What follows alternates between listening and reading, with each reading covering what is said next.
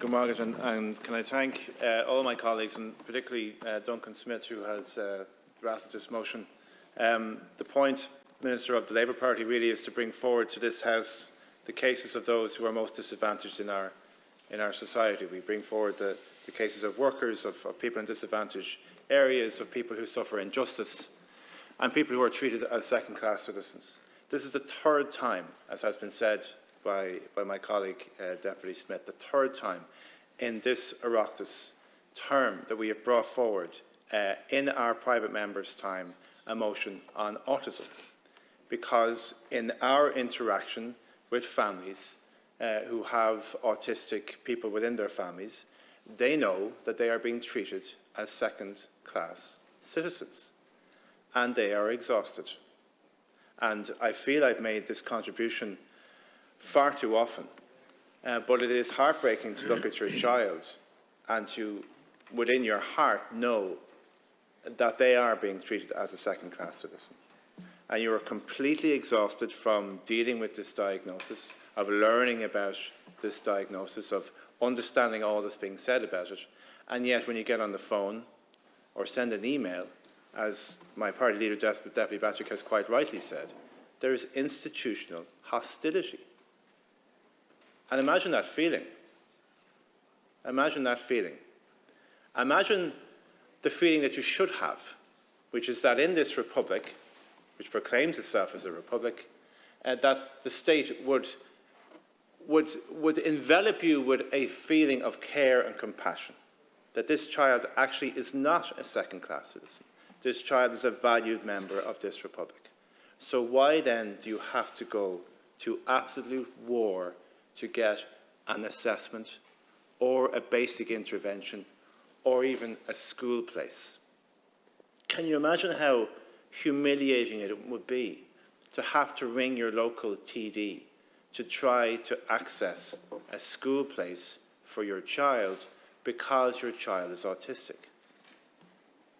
Your child is a second-class citizen.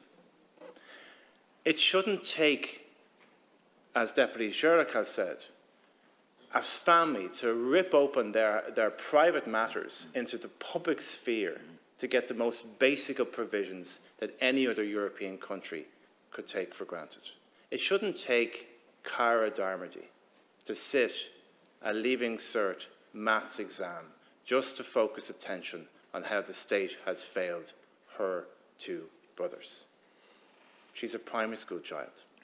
It shouldn't take Ali Field to turn to politics and to run in a local election in next year to focus attention on how the state has failed her son, James. And we shouldn't have a debate about autism and lack of services for people with autism in the absence of the Minister for Special Education. Because that is a huge part of this debate, and she is not here. And again, we have issues around SNA allocations. We have issues around the disrespect shown to those people who work most intently with people with disabilities in our education system, and there's disrespect shown to them by them not knowing whether they have a job next September, as late as May, and last year as late as June, again is part of the problem. So, Ministers, what I would say to you, and again, look, I don't know if this is a governmental ploy to not oppose these motions, or if it is actually a statement of compassion and care and intent from your side of things, and I hope it is. But this is the third time we've done this. And you know from the Labour Party point of view, we get these slots every 6 weeks. We get 2 hours every 6 weeks to raise something that we feel is of passionate importance. And if we come across a group in Irish society that we know are facing hostility or being treated as second-class citizens, we have to, as a party, we are morally obliged to do something about it.